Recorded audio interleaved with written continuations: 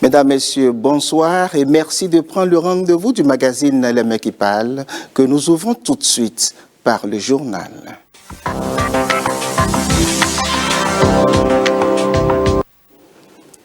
L'enrôlement au RAVIP est crucial pour les élections. Le secrétaire administratif permanent du Bloc républicain lance ici un appel à toute la population pour aller se faire enrôler. Reportage. Lorsque les pouvoirs publics décident de construire soit des salles de classe, soit des centres de santé, soit des points d'eau quelque part, ils ont besoin de savoir combien sont les bénéficiaires d'une telle infrastructure socio-communautaire. Dans un contexte où beaucoup de localités sont demandeurs des infrastructures, les priorités s'établissent à partir des recensements, particulièrement pour ce qui concerne la LEI, la liste électorale informatisée.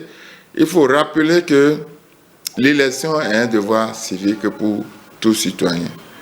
Ce n'est pas quelque chose à négliger dans la mesure où le citoyen doit être à même de confier sa destinée à ceux en qui il a confiance, à ceux qu'il soupçonne d'être capables de lui assurer le bien-être, de développer le pays.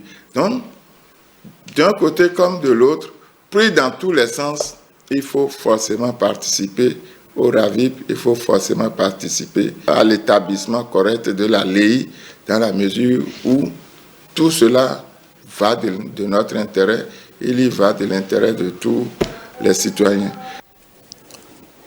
Lutte contre la méningite. Une semaine pour vacciner les enfants de 1 à 9 ans. Campagne de vaccination gratuite contre la méningite à Parakou. L'opération s'étend jusqu'au 27 mars prochain. Elle concerne les enfants de 1 à 9 ans des départements du Borgou, de la Liborie, de la Takora, de la Donga et des Collines. Reportage. Le Borgou est prêt pour la campagne de vaccination contre la méningite, tout comme les départements de la Liborie, de la Takora, de la Donga et des Collines. Selon le directeur départemental de la santé du Borgou, des transferts de compétences techniques nécessaires à cette vaccination, des cibles du programme élargi de vaccination ont été organisées à l'intention des acteurs des zones sanitaires concernées en prélude à ce lancement.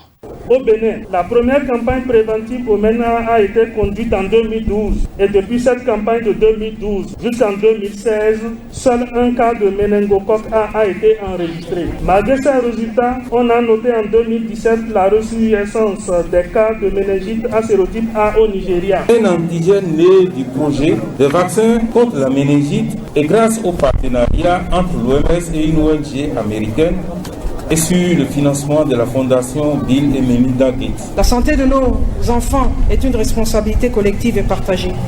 Il est de notre devoir à tous et toutes de faire ce qui est nécessaire pour assurer que chaque enfant ait accès à la vaccination pour lui garantir une bonne santé et un avenir prometteur.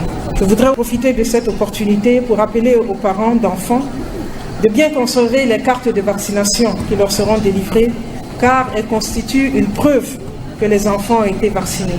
La couverture vaccinale attendue au niveau national est de 95% avec une cible de plus de 1 570 000 enfants dans les 5 départements précités. À travers cette campagne, le gouvernement du président Patrice Talon vient une fois encore marquer son engagement en faveur de la protection des couches vulnérables de nos populations. Dans la ceinture méningitique du continent, la méningite cause environ 5000 décès par an avec un taux de létalité de 10% et de graves séquelles chez une personne sur 5 atteintes. Cette opération de vaccination s'achève le 27 mars 2022 et vise à renforcer l'immunité de la population. De la méningite, passons au cancer. Mais quel cancer? Le cancer de foie. C'est l'une des maladies qui tue le plus souvent sur la planète. Que peut-on retenir de cette maladie?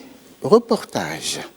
C'est l'un des organes vitaux de l'organisme humain qui possède de nombreuses fonctions. Le foie, il fabrique la bile, filtre le sang, stocke le glucose et produit des substances indispensables au maintien de l'équilibre. Mais quand ces cellules sont attaquées, on parle du cancer du foie. Il y a ce que nous appelons les cancers qui sont secondaires du foie, c'est-à-dire le cancer est né ailleurs et ça a évolué vers le foie.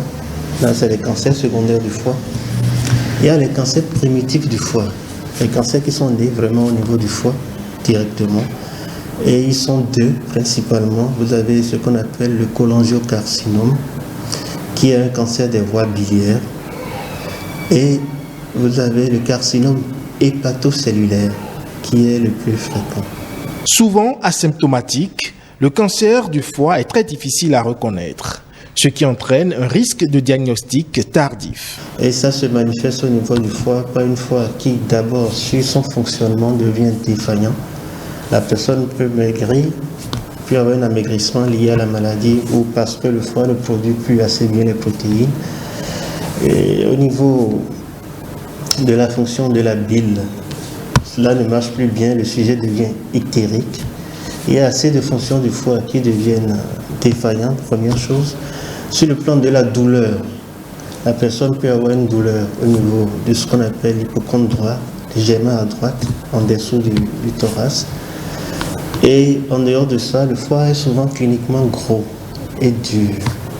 Le cancer du foie se développe le plus souvent chez des personnes qui ont une consommation d'alcool excessive ou des sujets atteints des virus de l'hépatite chronique B ou C. L'excès de graisse, l'âge ou le tabagisme ainsi que certaines maladies rares sont également des facteurs pouvant favoriser la survenue d'un cancer du foie. Heureusement, il existe différentes méthodes de traitement. Lorsque c'est vu très très tôt, il y a la chirurgie qui peut être faite, il y a ce qu'on appelle la chimio-embolisation qui peut être faite. Mais lorsque c'est assez évolué, on fait ce qu'on appelle une chimiothérapie palliative avec des molécules qui existent, ou lorsque le malade, son état ne permet pas de le faire, on est obligé de faire simplement ce qu'on appelle des soins palliatifs. Mais le plus important dans le foie, dans les atteintes du foie, c'est surtout la prévention. Surveiller sa consommation d'alcool, éviter de fumer et consommer des fruits et légumes frais restent les meilleures préventions pour réduire les facteurs de risque. Nous laissons méningite, nous laissons cancer de foie et nous nous rendons maintenant à l'exposition, laquelle l'art du Bénin d'hier et d'aujourd'hui, en cours à la Marina. Le public manifeste un fort engouement pour y aller. Qu'est-ce que l'équipe de reportage a ramené de la Marina? Suivez plutôt. Dans les entrailles du palais présidentiel, une foule de curieux. Cette salle d'exposition circonstancielle ne désemplit pas. Ça se passe super bien. Nous avons un guide qui essaie de nous expliquer, même s'il n'a pas assez de temps, il essaie de nous donner au moins un bref aperçu de ce qui s'est passé. J'ai beaucoup aimé ce que le président de la République a ramené au Bénin. Ça permet beaucoup aux Béninois de mieux connaître ce qu'il y avait dans leur pays auparavant et qui était à l'extérieur. Voyage dans le passé, un passé chargé d'histoire et de symboles. Immersion dans la créativité artistique contemporaine. Un événement à double volet qui suscite naturellement l'intérêt des visiteurs. Le trône de Guézo m'a marqué par rapport à sa taille. Je me pose la question comment il était sur ça et comment il faisait. Ça m'a fait plaisir parce que je n'ai jamais vu ça. Et depuis la restitution, ça m'a permis au fait de savoir qu'il y a telle ou telle chose qui a été fabriquée par nos artisans et autres. En quelque sorte, c'est l'histoire de notre pays, les rois, comment ils ont vécu et autres. Donc, ça m'a vraiment touchée. De l'émotion au contact visuel des œuvres exposées. Des photos pour immortaliser cette visite. L'émotion a été grande quand nous imaginons dans quel contexte ces œuvres ont été déportées vers la France, dans quel contexte les colonisateurs ont vaincu nos aïeux pour pouvoir déporter ces œuvres, mais qu'aujourd'hui ces œuvres soient sur la terre béninoise, c'est une grande joie pour nous. Art du Bénin, d'hier et d'aujourd'hui, ça vaut le détour. C'est la fin de votre magazine préféré, Les Mains qui parlent. Merci d'avoir été là. Portez-vous bien. Au revoir.